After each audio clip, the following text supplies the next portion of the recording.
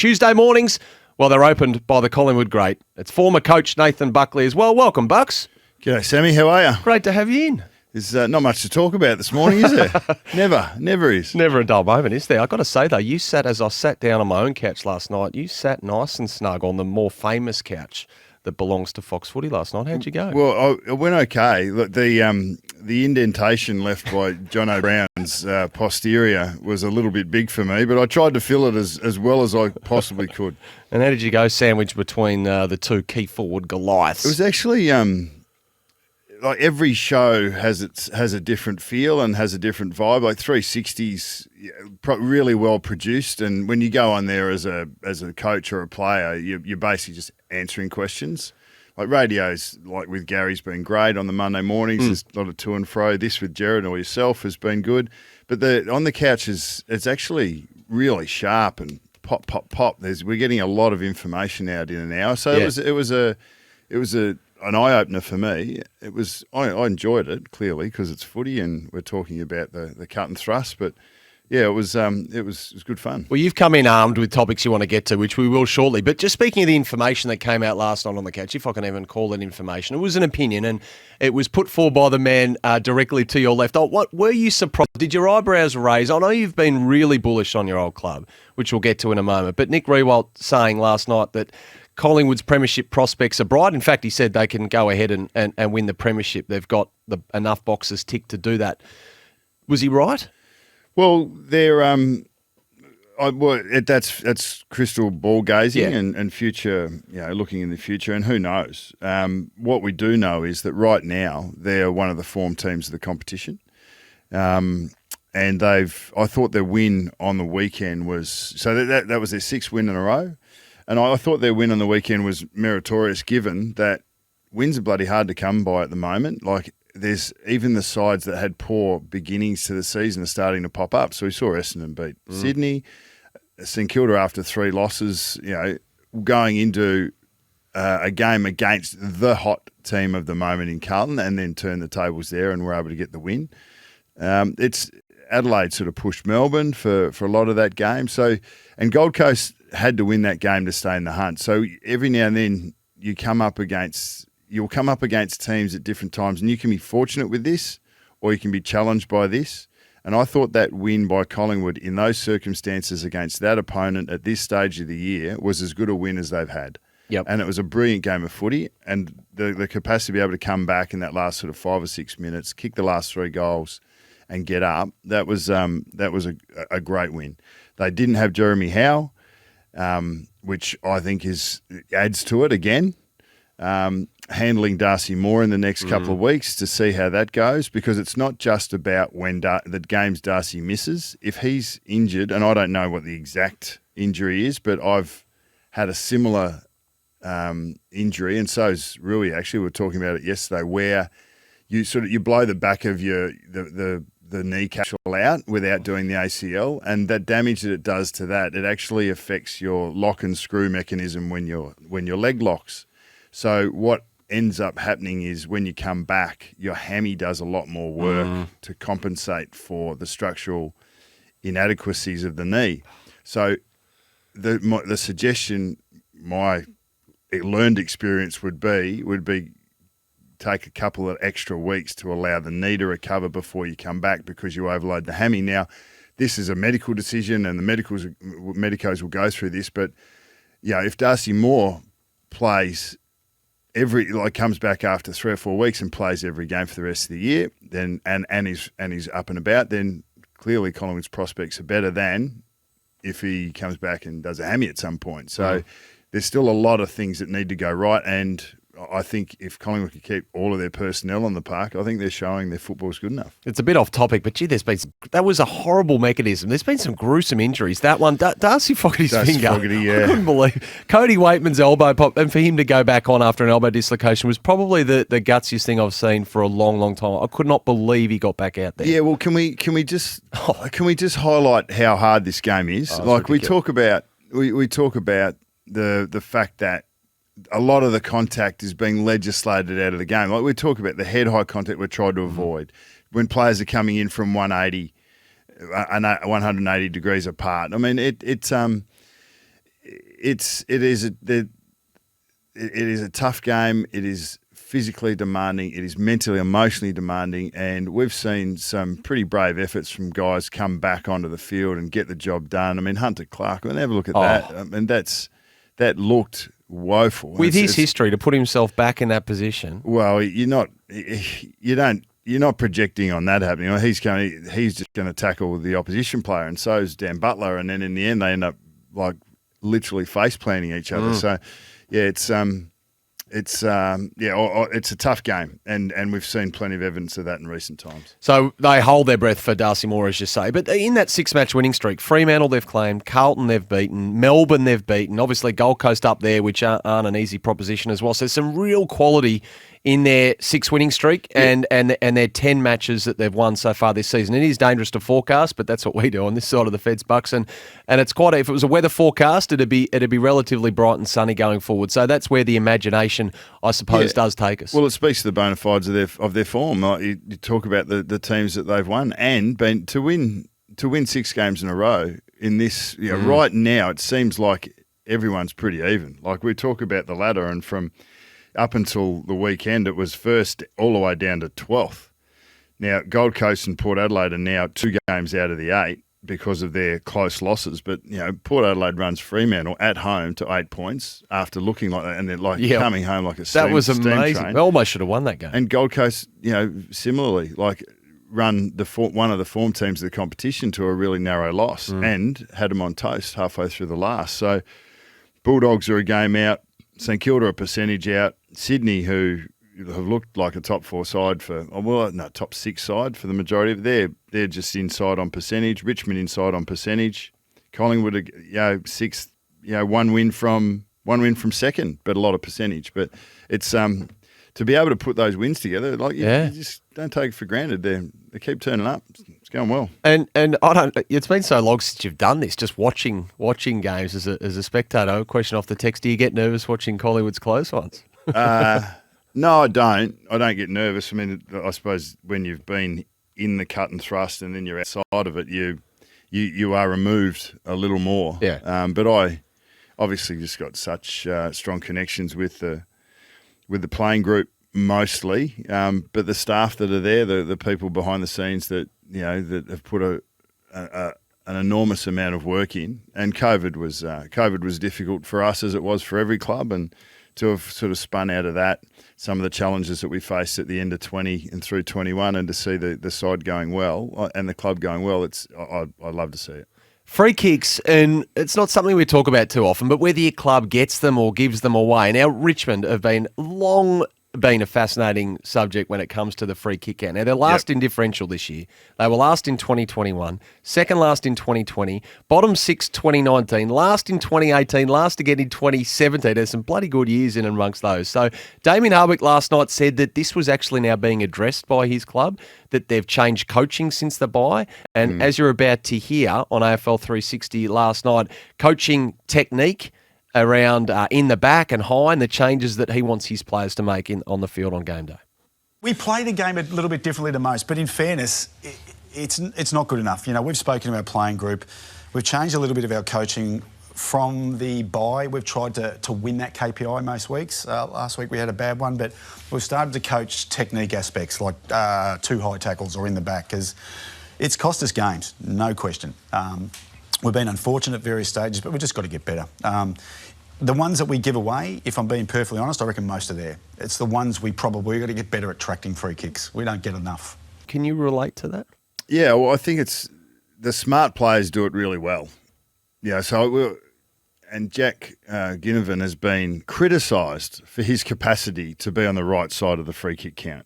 And I'm assuming he is. I don't look at the numbers, but my eye would tell me that he is able to draw free kicks from the opposition by challenging the tackler. Tom Hawkins, I think he would be somewhere on the positive side of it, because there's probably ones that he would be really close to giving away against his direct opponent, but he just uses his body well enough to be able to give himself the best chance to mark or compete without giving the free kick away and taking his opponent out of the play. So I think these are things you coach, when to take possession, to tap the ball away and get a holding the man. There are little things you can coach, But instinctively, to me, you put players in those situations in prep and in training, and you coach them towards it. But the smart players will get it straight away. Some players won't get it at all. But it's always the players in the middle band that you're trying to develop and to find some players there. Like take a player from a 6 to an 8, or take a player from a 5 to a 7. That's where you get real growth and development in your team. And in this specific instance, like winning the free kick count, I'd be surprised if that's a front of mind thing when you go into a game. It's not a front of mind thing, but it definitely would be in review and post analysis. The coaches would be looking, going, okay, where are the 3 or 4 or 5 here that we give away that we've got to be better at? At the moment, Richmond's tackle percentage is nearly the worst in the league, 57%. I wonder how many of those are actually free kicks against, like high tackles or tackles or free kicks they've given away in tackles, because that is an ineffective tackle. So Jack Ginnivan, 23 frees for 7 against. Yeah. Now, Tom Hawkins, 9 for 18 against. Oh, there you now, go. I get the impression he pays for his size, his bulk, and his strength a lot of the time. Yeah, well, my eye would tell And me. you can relate to that with makes- a former full forward. We've spoken about that before, a certain T. Cloak. Yeah, well, Clokey got a real bad run. But I don't think, like Clokey's attitude to contest was really not nuanced either. He was just a bull. He was just stronger than the next guy. Well, I think Tommy Hawkins thinks his way through the contest a little more, and there's a difference. Yeah, 2 great performing forwards, but they go about it slightly different ways. And Clokey got the interpretation of marking contests twisted. You couldn't win a contest by too much. If you won it too easily, it would look like your direct opponent didn't have access to the ball. And Clokey got a lot of free kicks paid against him because he won his contest so convincingly that the umpire said, "Oh no, he didn't have a chance to compete." So here you go, there's a free kick. So that was quite frustrating. You did a good job of biting your tongue 99 times out of 100. There was the odd one that slipped under the guard where you just couldn't help yourself. But just before we leave the subject, we've seen vision of Jack Ginnivan practicing it, and that's smart football. I would have thought you're practicing to challenge the tackler is probably the way that we put it. Did that exist in your time as coach? Did you have players that did that? Were there assistant coaches who coached that? Or do you see this being a trend that we might see a bit more of now? Geelong were the team that, through Dave Whedon in their halcyon era, through the late 2000s, early 10s, they were the team with Bomber Thompson and Dave Whedon was in charge of it, where the teammates would coach each other. So Stevie J would coach his teammates around how to set up for a narrow shot on goal with a snap. So this is my routine. Take a breather, set up at 90 degrees, hold the ball like this, 2 steps, hit the ball here, follow through, put your arm up and celebrate on the way. So that was basically, that was Stevie J's. And then Jimmy Bartell would talk about body position, and this is where I want to be in a clearance contest, and like if my opponent's trying to get to this position, well, then I can work him away, and I've got all of this space to come back to. So like that was Geelong's competitive advantage that they ran, and it was under Dave Whedon's imprimatur, and I think that's happening more and more now, where there's through development coaches, they'll provide opportunities, because there's nothing like learning a skill. The people that learn the skill the best are the ones that can actually teach it. So if you can, even with a young player that's like a Jack Ginnivan, about how he does that, if he can unpack that and understand that and then coach others or teach others, it's going to reinforce the skill for him even further. That's the evidence of the teaching philosophy. So it happens more and more, and it happens in development sessions, more so with young guys, but you still need it for the majority of your squad. Bruce has texted in to say that he was sitting front row at Saints v Port going back. I was blown away, Bruce says, by how fast they are and how hard they hit and bump. They are just as strong and tough as past years, probably even tougher. And when you do take, whether it be your kids or you're sitting as close as you possibly can be to the action, the noise that I took my boys to watch Richmond Geelong, that classic at the MCG. And there was a piece of play where Robbie Tarrant went back with the flight to the city end of the MCG and got absolutely poleaxed. And I can't remember who got him in Geelong colours, but the noise and the velocity in the hit, I couldn't believe he even got up and kept playing. he should have been dead. It was unbelievable. Well, there's a couple of big hits that happen. I mean, you got the Jordan Lewis Harbrow one from Marvel or Colonial back in the day. Colonial, Yeah. There you go. I'll be Tel- happy with Tel- that. It was Telstra. Yeah. T-Dome. And then there's if you want to know about a hard hit, go and have a look at Michael Voss and Alan Richardson. And Dipper was right there on the boundary when that happened. That was up at the Gabba. And then even way back when, who did Stan Magro get? Oh, was it Jezza? Was it Jezza? It was Jezza, yeah. Yeah, so that there's some big hits, but see, Stan jumped off the ground like he was like a foot and a half off the ground. But you've got and any of Byron Pickett's, we don't see those anymore. Yeah. But the one that you do see, the last, and I describe as the last free hit. It's the last really impactful contest that we see in the game that is really hard to legislate against, and I don't think you ever really will be able to, is a player who goes back into a pack, either by his own, courage, or goes back and is in a position and you have a player that's coming from behind who's trying to mark the footy. Because we still see knees in heads, we see knees in ribs. Buddy Franklin caught one on the weekend. We see knees going into shoulders. And that's pretty.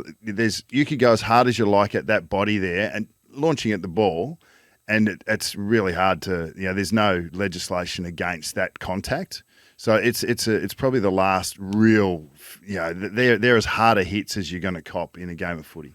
North Melbourne's caught your eye in this regard, compared to perhaps a couple of other clubs who have found themselves in the hot seat. Well, I think that the performances and wins of Essendon and St Kilda over the weekend highlight exactly what you need to do when your club's not being perceived in a positive light. Winning. But there has to be, outside of winning, because sometimes you're just not good enough, one, when you're up against a specific opponent. And secondly, you might be out of form. You might not have. There's plenty of reasons: injuries, personnel, etc., etc. And with COVID, the last couple of years, that happens. And then general emotional ups and downs that you have both as an individual and as a group.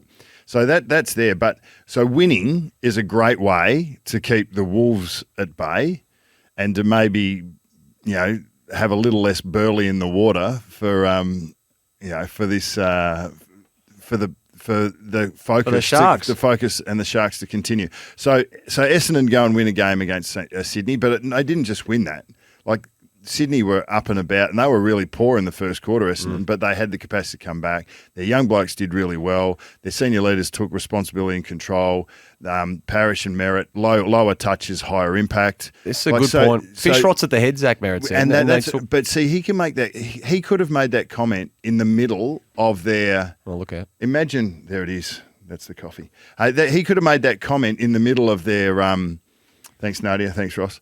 Could have come out in the middle of their bad stretch and said something like that, and that can you imagine, like, you grab that comment and you go bang, and then you put it against the CEO, you put it against the coach, you put it against the footy manager, you could put it against the captain Heppel, who'd copped it already, and all the leaders.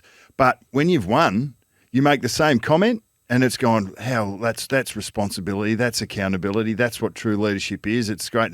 So winning cures all ills, and it did the same for St Kilda. Like, they weren't expected to win that. They showed some fight, they showed some real grit, and they won that game. So for me, the two are North Melbourne and West Coast. Well, North haven't won since, you talk about winning, they haven't won since March 27, and they've got a 13-match losing sequence by an average margin of 63.5 points. And you cannot defend what you're seeing on field from them. There's no defending what you're seeing on field. But we're not talking about that anymore, are we? The crisis, the anatomy of North Melbourne's crisis is moved. No, but what we're talking about at North Melbourne is a product of what's happening on the field. We wouldn't be, as you say, we wouldn't be talking about it if what we're seeing on the field wasn't happening. No, correct. So, I mean, if North Melbourne were able to galvanise their playing group, and this isn't happening, galvanise the playing group, get some fight and some energy, some belief in purpose, which the belief in purpose comes before everything.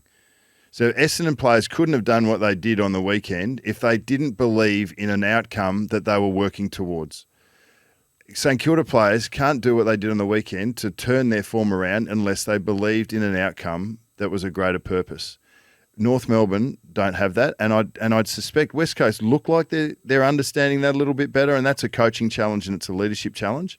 But North Melbourne, to me, their players and their team don't have a sense of a greater purpose than what they're doing this weekend. So, with that point made, I know you're interested in how the media approach. Then the media go looking for answers. Well, why is this happening? Why? And then we hear things, we hear concerning things, we hear the reasons why. Obviously, things aren't going well because you've lost 13 games by an average of, and you've won 8 games in the last two and a half years. Yeah. So that's when we start looking for the why, if you like. So you look for the why, and you get a couple of reasons or possibilities to explain why the club is in that situation. When you hear something about David Noble going off at the players, do you think that is exclusive? Do you think that David Noble is the only coach that's had a moment like that in amongst the other 17 senior coaches? Impossible. No. It would be the obvious assumption. So when we know that that's happened, do you think that is 100% of the reason that they are where they're at? I wouldn't sheet it all back to one address and one match. It might be lucky if it'd be but lucky I if don't it's think we are. It might be lucky if it's 1 or 2%, but it gets a disproportionate amount of. Some things are put in front of you, like when your entire recruiting department leave in the space of 48 hours. Then, so that speaks to unrest, but that shouldn't impact the playing unit right now. No, that's what it does though, is speak to a whole of club that's in crisis, not just the playing group. So you say you have 3 recruiters that leave. I'm sure that they are targets for you guys, right? Or not so targets. Would they be sources of information for the media? Oh, we can't reveal our sources. No, I'm not saying to tell. But would they? Would you suspect? I mean, if you were like in your position, if you were you, and you had that happen. You're making calls to those 3 blokes, aren't you? You're making as many calls as you can because and you want to get to the truth yep. and you want to provide as much accuracy and clarity as you can. Now, people say, how can you know this? Well, it's because we speak to as many people as we can. We don't know, but we make it our business to speak to people who do know. Yeah, okay. And a lot of the time in situations like this, and I know people don't like the fact that we don't put names to things, but would you rather honesty and what's happening, or would you rather a watered-down version of the truth, or in many cases a mistruth because that person is speaking on the record? So that's something that we always wrestle with as well. And if we drill right down in it, what you're saying is that perhaps, without putting words in your mouth, is that North Melbourne have copped far greater heat than another club who has struggled and had higher expectations, it must be said, this year in West Coast. But West Coast might have a little bit of out of sight, out of mind, because we are still very Melbourne-centric, and there's a lot of interstate supporters that actually listen to us here in Melbourne and in Victoria, but we end up talking about the Victorian clubs, probably disproportionately. But see, when West Coast are having troubles, we don't assess or analyse them. Or Gary and I have had a few chats about it because he feels like West Coast have sort of escaped some of this scrutiny. Well, their own media certainly haven't let them escape. People speak to the fishbowl. Yeah. And they're, like West Australian media doesn't come up on my feed. It's not so I don't get the rag. So in the end, it is a bit out of sight, out of mind. But I'm sure Adam Simpson's feeling the pressure from over there. I think he absolutely is. When you hear Trevor Nisbet standing by him and Adam Simpson denying that he's leaving and he wants to stay and he wants to be part of it all, and they have had a few outs with COVID and injuries and a few other things as well. So in terms of sharing the facts and trying to disclose and uncover what's really happening there. So if the club says to a journalist that Adam Simpson has not been sought out and he has not been, there hasn't even been a discussion around whether he will or will not be, but then that persists, where does that sit? Oh, I can't speak. It would depend on the situation. So you're saying you speak to a rival club and they say, we've never spoken about, you mean West Coast, in terms of him moving on. In terms of North Melbourne being reported that North Melbourne have made an approach to Adam Simpson. Well, then that journalist has to stand by that. If that's true, and they've spoken to people who say that's true, then you stand by it. If it's opinion, then it's opinion. And if it's not true, then you fall on your sword. And if a club was that your story? Or no, I don't know whose story it was. I didn't know whether it was your story or not. It wasn't. So when the club go to that person and say this is categorically not true, yes. How does that conversation play out? What, you mean you've reported it and then they come back and say it's absolutely this is not not true. We did not do this. This is not then something we've entertained. This is so hypothetical. Well, then you'd have to go back to your original source and say, what's going on here? And if they say, and it becomes clear that you've made a mistake, then you've got to clarify. How often do you reckon you get a source that is biased against an organisation? There's no interest like self-interest. But that doesn't mean it's inaccurate either. The best part is to strike as much balance as you can. So with North Melbourne, and look, Benamafio's under all sorts of heat at the moment. And what will be completely forgotten in the wash is the good that Benamafio has done at that club. And there has been some good, stronger foothold in the Arden Street precinct, extension of the facilities there. They're going to have a state-of-the-art facility. All that will be buried, though. And it shouldn't be necessarily. Well, and in the end, we don't know. Time will tell whether that'll be buried or whether it'll be championed because David Noble, and every other key leader in any organisation ends up, maybe not as, the glare's probably not as bright as this, but you go through periods where you question. Damon Hardwick and Brendan Gale before they went on their run. Yeah. These are sliding doors moments. Like Clarko through his time, Sheeds, when you think he coached for so long, Thompson he had moments. This is all part of handling the landscape. It's not just how you handle the times when you're there, when it's there to shine. It's how do you dig in? Like, how do you roll your sleeves up and get through these moments where you are not the flavour of the month? I like it. And you need to get You've changed, though. I love it. Whenever we threw hypotheticals at you when you're coaching, it's like, I don't deal in hypotheticals. That's what I should have thrown back at you then, Nathan. I don't deal in hypotheticals. Okay, we'll just deal with facts. Well, no, the Adam Simpson one is a factual situation. That's not a hypothetical. Bucks, we're talking about the anatomy of a crisis, as you have termed it. What's it like on the inside? And you've lived it for a time at Collingwood where you're a big club, you're a powerful club, all the good that comes with that. The flip side of that is when things go south, whether it be Collingwood, Essendon and Carlton, there's a degree of difficulty when it comes to navigating a crisis, and some clubs rate higher than others. Yeah, well, one aspect that when you're in the chair that you deny that is a reality is that, look, we're just focusing on what we can control here, and this isn't getting inside our four walls, and we're just going to go about our business, right? That's the standard response. But what is undeniable when it happens week after week, and there's a new story and a new thread and a slightly new theme, someone else might have an opinion, then someone else has an opinion. Not all necessarily informed, but it just feeds. It's grist for the mill. What invariably happens is it just grinds you down. Not just you as in the coach or you as in the head of footy. It's wasted energy. The players, the staff. I think, okay, well, we want to just move on. We want to get on with business, and we want to get past what happened a couple of weeks ago that's still been speculated on if it's a particular incident, what happened back then. And we want to move on and sort of go into our future rather than dragging our past along.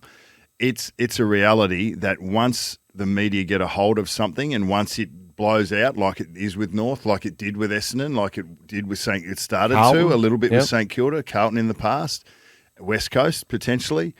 When it gets to that situation, it is impossible to keep out of your four walls because the players, partners, mums and dads and mates are being asked the questions, and then they come back through the players, and then it feels a part of your psyche, and there's a heaviness in having to deal with something beyond seeing how good you can be at footy or seeing how well you can connect with your teammates. And once that gets into that environment, it affects performance negatively. So it's nearly self-fulfilling. You're still talking about something that happened 3 or 4 weeks ago, and then you bring it into the present because there's a heaviness here now, which affects your future.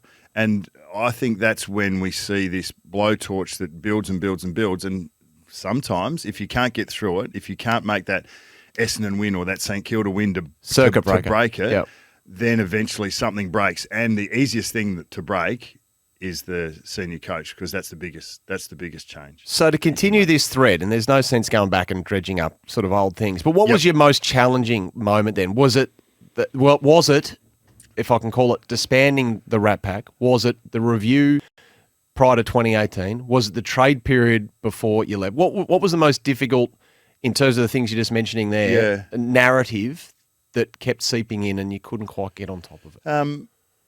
Really tested you as a coach and a manager. Yeah, well, all of it, to be honest, all of it is solid. And to be a young coach in the first couple of years, 12, 13, 14, like we played in prelim in 12, lost to Sydney, who went into the granny, obviously. John McCarthy had been killed over in America leading into that game, and we went to his funeral on the Thursday before a Friday night game.